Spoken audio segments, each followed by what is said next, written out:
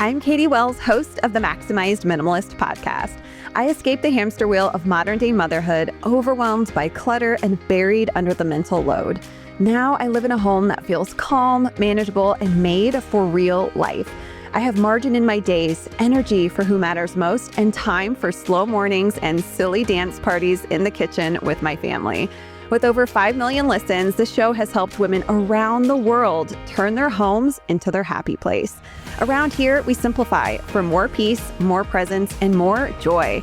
We choose grace over guilt and progress over perfection. And we believe your home should give back more than it takes. I'm here to help you do the same. Come along with me and my guests as we share the real stories, habits, and strategies that help you lighten the load from the inside out. Pull up a seat, friend, and let's do this together. Ready, set, simplify.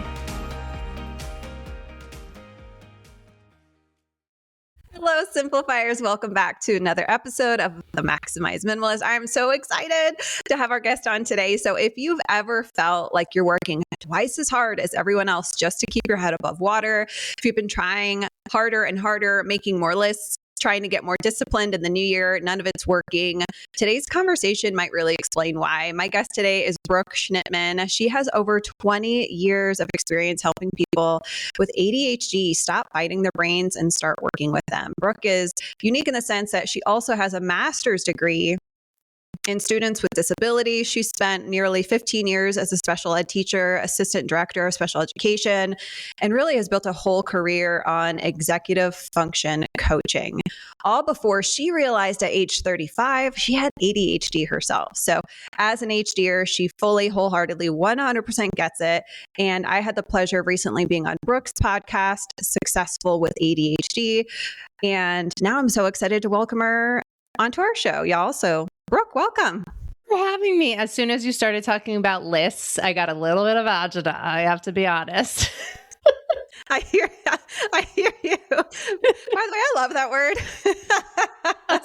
Yes, that's a good word. I need to use that I mentioned more. it the other day to my husband. He's like, what does that mean? I'm like, oh, I guess I haven't, it's not like a known word that people use all the time. I don't know. Yeah. But yeah. Let's start with so many women, I think, hear our whole lives. And that is if we're struggling with something, whatever, decluttering. I mean, it's the new year when this is released, all the goals we might have. And we'd hear from an expert or a person in our lives that are just like, just try harder. So why does that advice specifically backfire for ADHDers? Well, first of all, we've heard that our entire life. Just try harder. You're not motivated enough. You're lazy. And that has dug into the 20,000 more negative messages that we hear before the age of 8, right? So that, speaking of agita, it really gives us agita and that punch in our chest feeling. And trying harder assumes that the problem is just effort. But for ADHD brains, the problem is regulation. So here's an example. Think of the student in the classroom, someone sitting at their desk for hours, telling themselves to focus. They push, nothing happens. The shame kicks in, and now their nervous system is flooded and the tasks feel harder. And because of that, our executive functions shut down, which we already have issues with. And then our amygdala, right, our not logical brain, starts overloading. And then we have executive dysfunction, we burn out, we then shut down, and it's this painful cycle. So it really puts us in the position, I would say, and let me know if you agree, like neurotypical or ADHDers, it puts like I'm the problem. Correct. Like we have been told to fit into a neurotypical world and to assume that we are just not trying hard enough. But we know neurologically that willpower relies on dopamine and executive function, but both are inconsistent with ADHD brains. And when those aren't available, the brain compensates with stress hormones.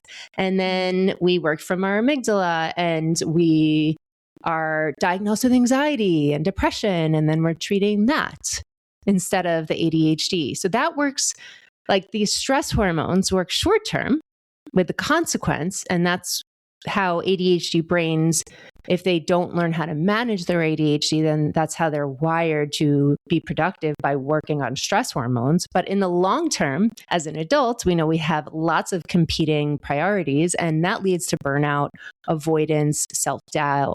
And that brings up the whole, ADHD disruption spiral again. You talk a lot about the cycle of overwhelm and underwhelm. And I think most people get the overwhelm part, but underwhelm surprises, I think, a lot of people. Can you explain what each of those looks like and why underwhelm, from what I understand, can be just as paralyzing as overwhelm? Yeah, absolutely. So overwhelm and underwhelm can exist separately or together. And overwhelm, as you mentioned, is that most people recognize too many tasks, too many emotions, too much input, especially as a mom, right? Too many decisions. But underwhelm is the other side of the same coin, and it's just as paralyzing. So for people with ADHD, underwhelm can look like starting a to-do list, you know how to do, and still not moving. It could be scrolling your phone to try to get some dopamine, even though you're bored. It's feeling restless, irritated, understimulated, flat, not knowing why. And I see this all the time with clients and myself, because there's days where nothing is technically wrong, but I feel stuck and unmotivated. And without enough stimulation to initiate action, overwhelm floods the system, but underwhelm starves it. So I talk about an ADHD disruption spiral in my book. And when someone with ADHD gets overwhelmed, it's technically because they're using their entire brain to do a task, right? They are flooded with dopamine. They're hyper-focused on something, or they could be overwhelmed from a lot of competing tasks, as I mentioned before. And then what happens after that is they get burned out. They get lower dopamine. They start comparing themselves to other people, and that shame spiral comes back in, and they're like, I'm not good enough. Why does this always happen to me? And then they completely shut down and go into freeze or flight. And then from there, it can be debilitating to come back to a productivity state, or even a calm state in your body. So that's where then you could go into underwhelm, because your dopamine levels are low. And when you're underwhelmed, you're seeking dopamine. So then that whole spiral starts over again. So I'm hearing with underwhelm is once someone recognizes, okay, I'm in underwhelm. And again, they're hearing, just try harder, just try harder. Well, clearly that doesn't work. So related to the nervous system and hormones you talked about, dopamine and all these different things, is it like, what's the step to get out of that underwhelmed state? Yeah, well, the goal is to try not to be there as much. And I know people listening are like, well, that sounds like just try harder, right? Like that's not easy. But I think we need to listen to our body. So if we are in the underwhelmed state, let's just let ourselves be there. Acknowledge what we're feeling. So I talk about air. Acknowledge the feeling, the emotion. What are we feeling in our body? Then we want to interrupt it. So perhaps we go to deep breathing, splashing cold water in our face, taking a walk, and redirect it and check in with ourselves. So why am I feeling this way? Do I need to attend to my hierarchy of needs? Do I need to get more reliable sleep? Get some food in my system, because we know that we have dysregulated dopamine. When's the last time I ate? When's the last time I took my meds, or I drank water, or I connected with other people that gave me a purpose? You can feel underwhelmed when you lack connection, because we know that's vitamin C for ADHD. So we want to check in with that. And then we want to redirect ourselves with attending to our needs and something that's going to move the needle for us. So persistence looks like, possibly getting into that underwhelmed state, but coming back from it, doing that 1% action towards what's going to move the needle for that day. So perhaps it's putting on your shoes when you have your pajamas on that day and walking out of your front door. That's 1% action. It's one step towards doing something, right? It's giving you some motion. It's giving you back some momentum. You might not be achieving the goals that you set out for that day, but at least it's giving you some momentum to then give you motivation, to then give you confidence again. Yes. So what I'm hearing, so you're like, let's, acknowledge the state, give yourself grace, right? Listen to your body, tune in, do I need to go to the bathroom? Do I need to take some deep breaths, walk, water? So I'm seeing like motion, movement. It's like that is what's going to trigger that stimulation and give your ADHD the food it needs, so to speak. And it could be literal food too, like the snack, but what it needs. And I loved your connection piece too, the vitamin C. That is so talk to me about that, because you said it's specific, for ADHD. Why is it even more important for ADHDers to feel connected? Yeah. So Dr. Hallowell has coined that term. So I'm not going to say that I'm the one who came up with that. But I think in general, we know from the Blackfoot theory, which was the Native Americans, they said that their bellies were full. They had a roof over their head. Well, they had a teepee over their head. And the bottom line is they needed connection. For ADHD specifically, we thrive on connection even more because of the feelings of being different when we were younger, right? So one of the first steps in understanding you have ADHD or learning you have ADHD and coping with it is finding a community that gets it. So you don't feel alone and you don't feel like you're the lazy one or you just have to try harder, right? So having a minimum of one person who understands how your brain operates and that you can connect with will ultimately bring up your self-esteem as well. And I'm curious too about all or nothing thinking. I know a lot of ADHDers struggle with this, and I can imagine whether we're in overwhelm or an underwhelm, all or nothing tends to come up. What's the point? There's too much. I don't have time right now if we're in overwhelm. Or underwhelm might be like, it's too big. I want to be able to tackle this in a weekend, but I can't even like get out of bed, right? And I know those thoughts really stew in either side the pendulum swings. Yep. So with ADHD, we have this thing called future myopia, and we can only think of now or not now. So it then impacts our executive function of planning. It's really hard to know the steps to get to where we need to go when we can only think about what's right in front of us.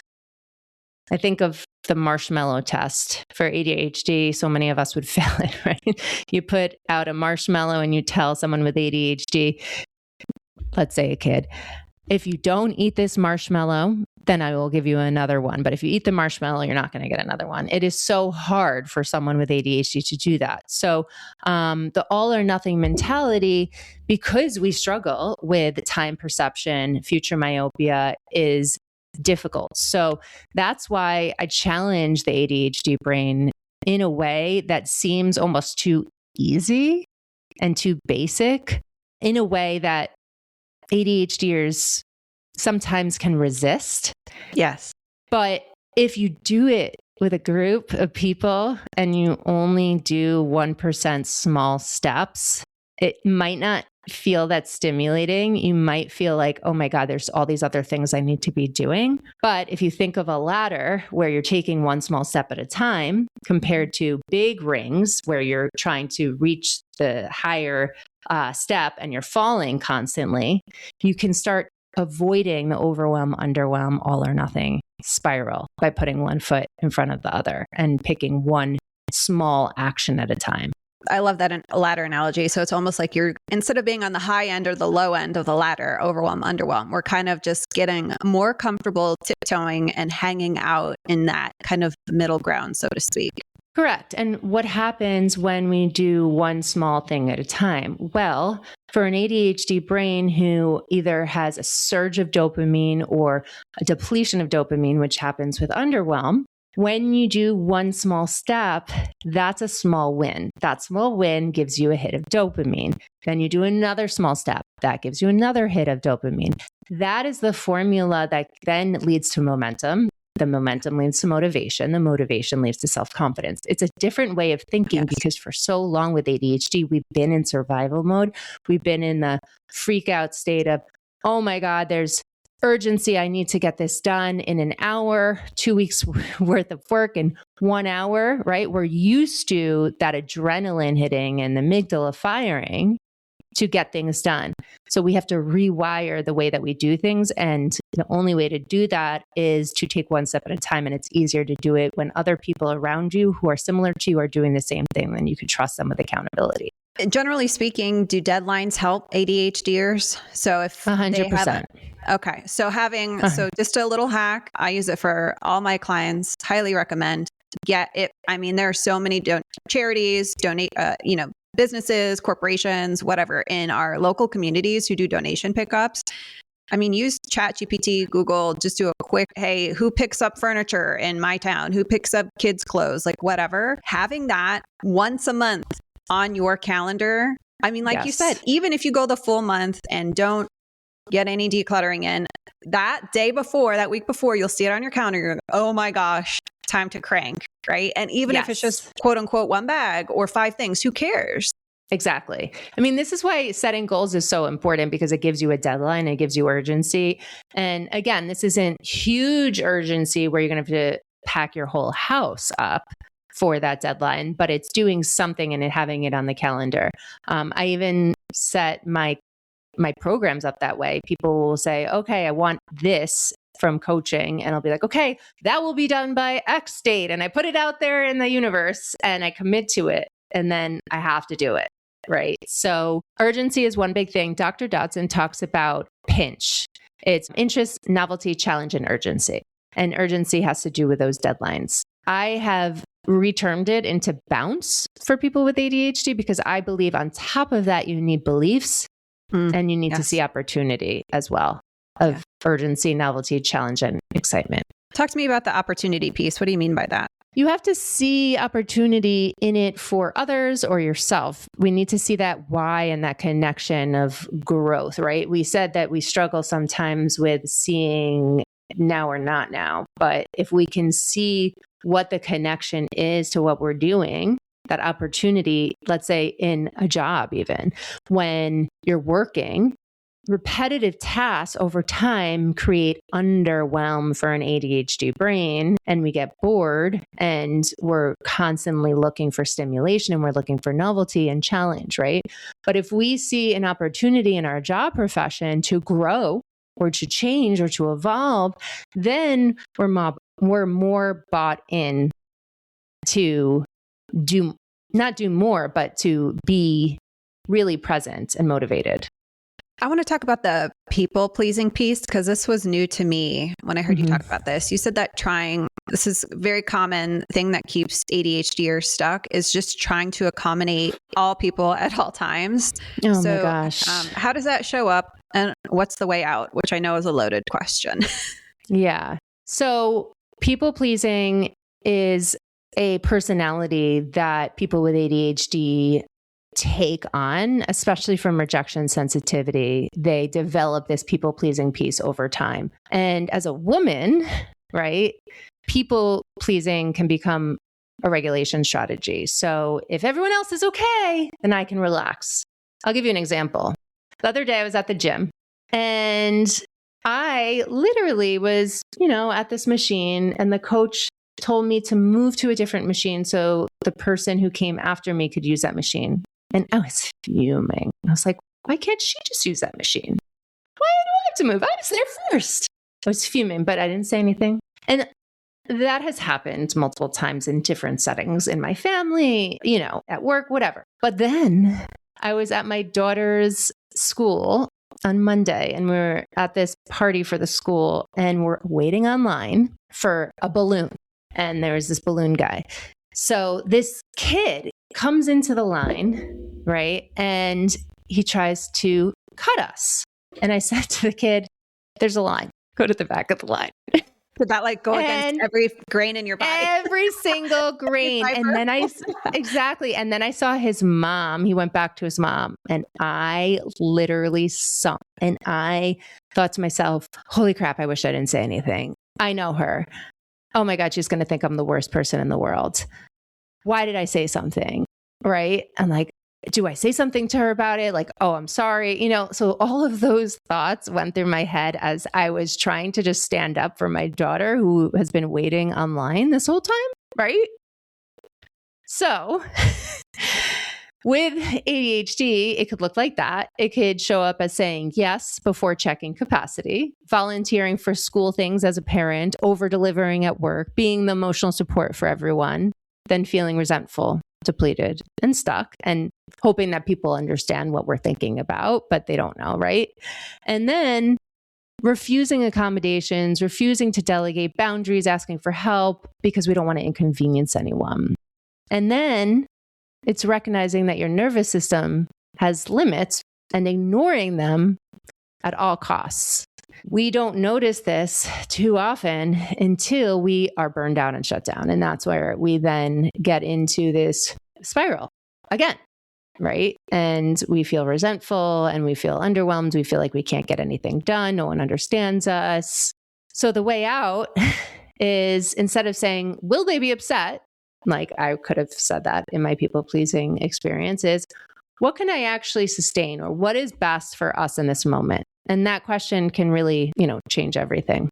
So earlier you mentioned pinch and bounce. Was it acronyms? And one of those, I going back to that, was kind of like the internal mindset piece of it. So, your book is called Activate Your ADHD Potential, a 12-step journey from chaos to confidence for adults with ADHD. So what's one of those shifts internally for someone to move, out of people pleasing, that was a great example, but into action and into feeling better? Is it just the 1%, or is there like a couple mantras or kind of beliefs? Oh, there's 12 steps for that, Katie. There's 12 steps total. The first one is to get it out of your head and onto paper. So when you're feeling overwhelmed, what's actually on your mind? So take it out, put it into a brain dump, put it into a mind map, and have accountability to choose one small step from that mind map, which is usually the external arms of the mind map, like far out, very, very small tasks. And with ADHD, we often see everything of equal value, and that's a hard time with prioritizing. And then that gets us back into that spiral. But if we have accountability to just say, I'm going to pick one thing and I'm going to stick to this one thing, and then next week I'm going to choose another thing, we're building momentum over time. So that's the first step. And that's also what I do in my 3C activation program with coaches when I train my adult ADHD coaches. That's the first tool. And then you can use methods like AIR, which we spoke about, acknowledge, interrupt, and redirect, once you start feeling emotions. Because when you try to do things differently and you try to change and you challenge yourself, your emotions are going to show up, especially with ADHD. There's another thing I like to call the dread loop exercise, or the dread loop escape plan, which is a little bit of cognitive behavioral therapy, where you take a look at whatever thought you have and you figure out the conditioning behind that. So you talk about a mantra, right? So like, what is the conditioning we've grown up to believe? So what is the occurrence that has happened? So for ADHD, it might have been like, I didn't know I had ADHD my whole life, right? So the thought is, I'm not good enough. And then we connect the feeling to it, and then we connect the action and the result. So reframing that thought to a different action and to a different result. So that is some emotional stuff. Taking a look at the feeling wheel to actually see where we are and what we're feeling, because we often deal with not understanding the emotions that we have. So with ADHD, we can struggle with alexithymia. Alexithymia impacts 20 to 40% of people with ADHD. What that means is we don't understand the emotion that we're feeling. And if we cannot identify the emotion that we're feeling, then we're getting into this spiral and not understanding where it's coming from and how to change the circumstance, right? Or the outcome. Alexithymia is also impacted by trauma, which the research shows that it's, many people with ADHD have trauma, and the fact that we didn't really talk about our feelings growing up when you and I were raised. So it can be hard to put a name to our emotion to ultimately tame that emotion and get the oxygen flowing into our brain and our nervous system regulating. So we need to understand what that emotion is, and you can use the feeling wheel for that too. And then in that first 4 steps of the book and the program, I talk about like understanding the chaos of your ADHD. So the first thing is that mind map. The second thing is understanding our core values and how it's connected to our decision making and our goals. The third step is understanding our strengths, our core strengths, and understanding how we can utilize that in what we do and how we show up. And the fourth step is intrinsic motivation. How do we understand our intrinsic motivation, getting to the why behind it, and understanding how to make decisions with confidence and ease with our intrinsic motivation? Because decision making, as we discussed before, can take us into overwhelm. I want to go back to the first step, which was kind of like I think you called it mind mapping, maybe like I would say like brain dumping, all the things on paper. I was actually just talking to an ADHD client of mine the other day, and she's like, I always recognize how that's helpful. I write it down, like declutter today. And then she's like, and that's like my 1%. And then I don't actually do it, but I feel better. I feel like I've made progress, but then like whatever the actions are on there, she still is staying stuck with. So for someone like that, who also is like, that's me, like, what's the step 2? What do we do? Is it exactly what you said? So I would, exactly. Well, actually I would jump to step 4 and be like, well, why do you want to declutter? What about that is motivating? What do you value about it? Why do you want that? And then suck it all the way down to the feeling associated with decluttering once that's done. If she's decluttering because her husband wants her to declutter, or her mom kept telling her growing up that she has to declutter to have a better keeping up with the Joneses house, then she's not connected with decluttering at the core. So that will be data to then decide whether or not this is important to her. I love that. So it's connecting to the intrinsic motivation that has to come from you. Yes, I think some of us to a certain extent feel it for external reasons, but I do agree that it has to come from within. As cheesy as that sounds, it has to. Yeah. And if it does come within, we can use external accountability to then ultimately get internal accountability, but it has to come within. If it's not within, it's not going to be something that you are going to do without friction. It's going to come with a lot of, and then you and I spoke on my podcast, Successful with ADHD, the emotional pieces behind it as well. So perhaps she does a dread loop escape plan, understanding the messaging that has been told to her whole life about that. I would say most of my listeners in some way, shape or form manage their household. So a lot of them have kids, they have partners. And what I mean by manage a household is like, I think culturally that's the executive function of the households. Yes, right. So so so tell me the mismatch, right? The executive function of the household. Yes, when you're already being challenged by that. Yes, deep breath. So what do you wish my listeners with ADHD knew about?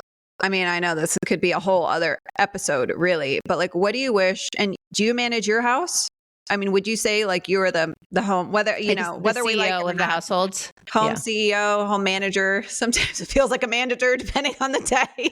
Sometimes it feels like a CEO. I know this is not a video podcast, but I'm twitching right now. I can see Brooke like, So what did you tell yourself? What do you wish my listeners could hear? When it comes to that all encompassing, it can feel so overwhelming some days, even if you are making progress, simplifying, managing people, delegating, whatever that looks like. So I see you. I've been there, and sometimes I get back into that state. So if you have done that and you realize you've been doing it because you've burned out, there's hope.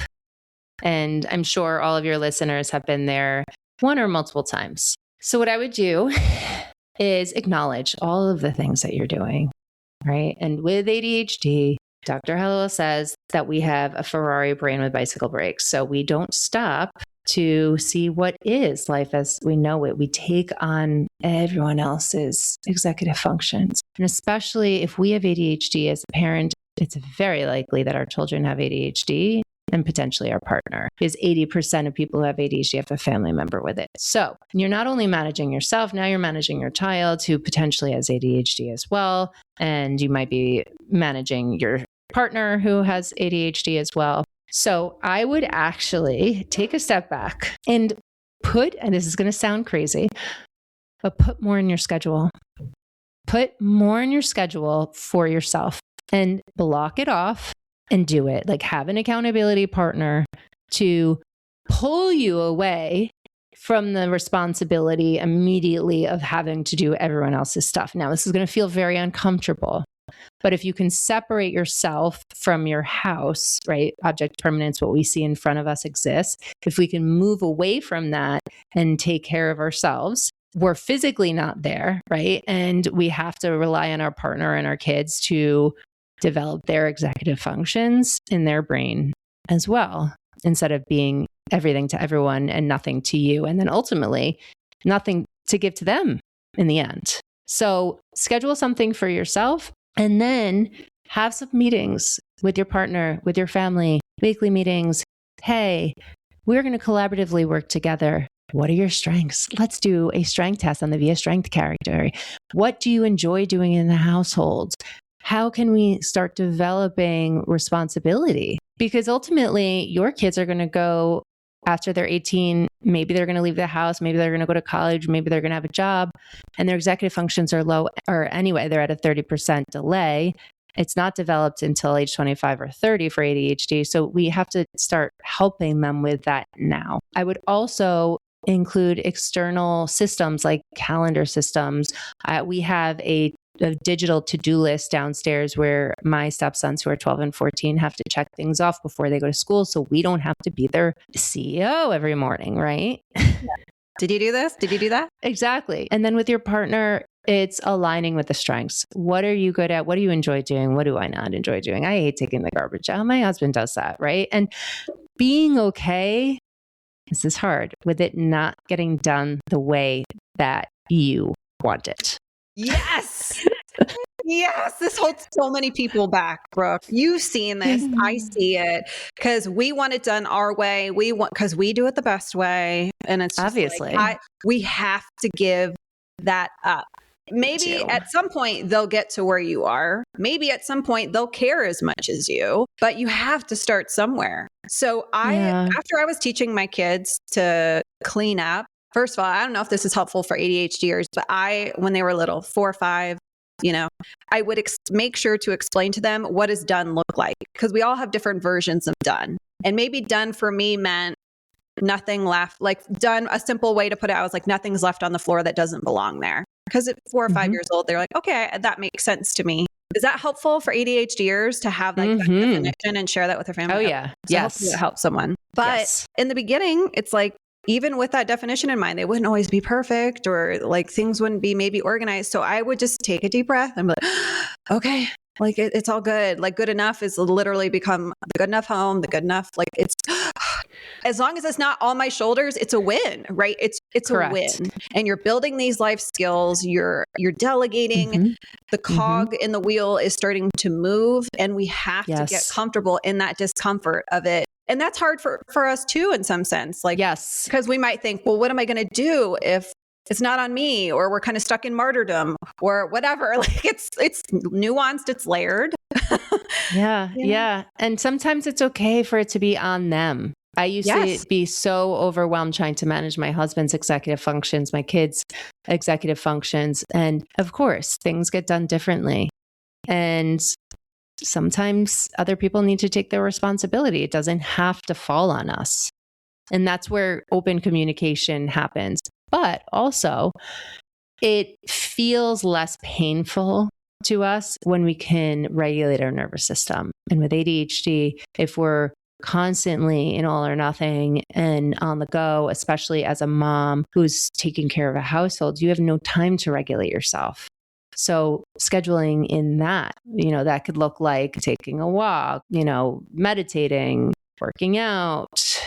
All of those things will help you be more present and feel better about yourself, which I believe, for me at least, I've seen a huge difference in the household and how my stepsons respond to me, how my husband responds to me, because I'm not all on top of them all the time.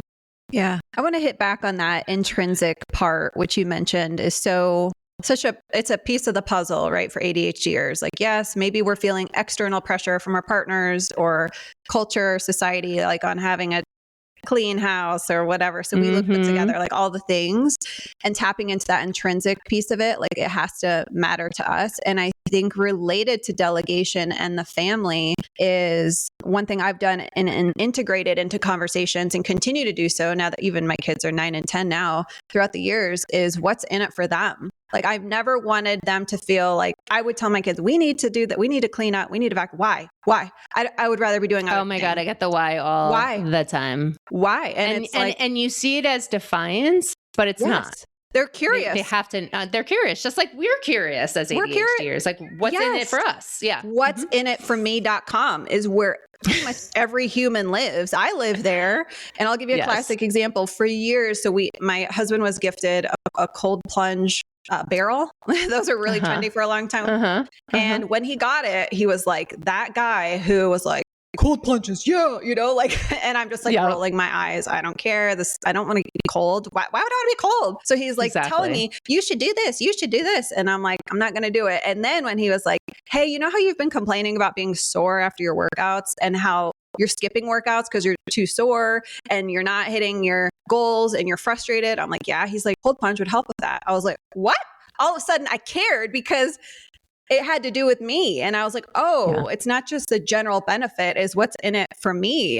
And I mean, I know we talked about this on your show, and I know my audience is well aware. We talk about this stuff all the time, how we are mentally and physically impacted by the clutter in our environments, our mental health, our stress levels, like our cognitive function, all of those things are impacted.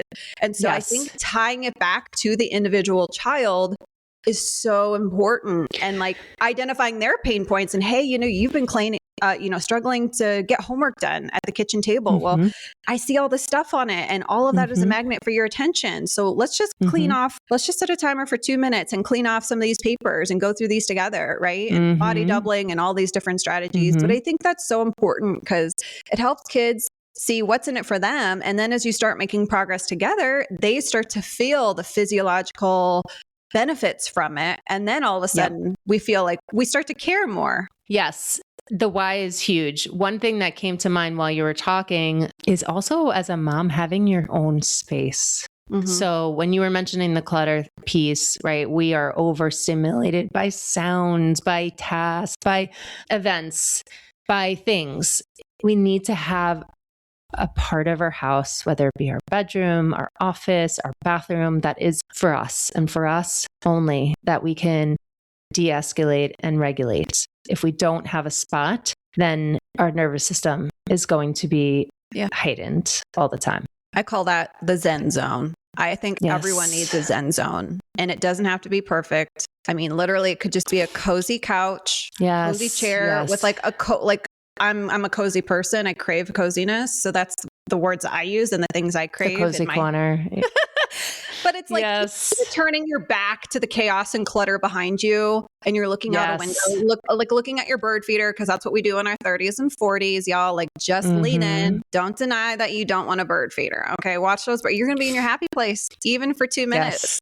5 minutes. It feels so good. I totally am an advocate for that. I was talking to a mom one time I was working with, and she was overstimulated and doing everything for everyone. And her mom was even living with her. And I'm like, do you have a space where you can go? And she goes, no. When I go into the shower, my kids are like there waiting for me in like next to the shower. I'm like, please get a space for yourself. Even if it's not in your house, get an office if you can, afford that, because you're not going to be able to downregulate. So important. So even your bedroom, even if it's just like shoving things temporarily out of sight. I mean, as a temporary solution, it still helps, because like you said, long car sits in your driveway. Most of the time when I talk to one of my girlfriends who's got 3 kids, she's like, I'm in the car. I have 5 minutes, but it's like, that's her time. And I'm like, you go, girl, you go. Yes.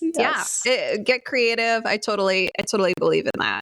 I totally believe, too, related to this, I just want to hit this kind of piece home. Our physical environments, neurotypical ADHDers, they can truly either support us or sabotage us. And I totally agree that organizing harder, trying harder, putting more effort in isn't usually the solution, or ever, especially with ADHDers.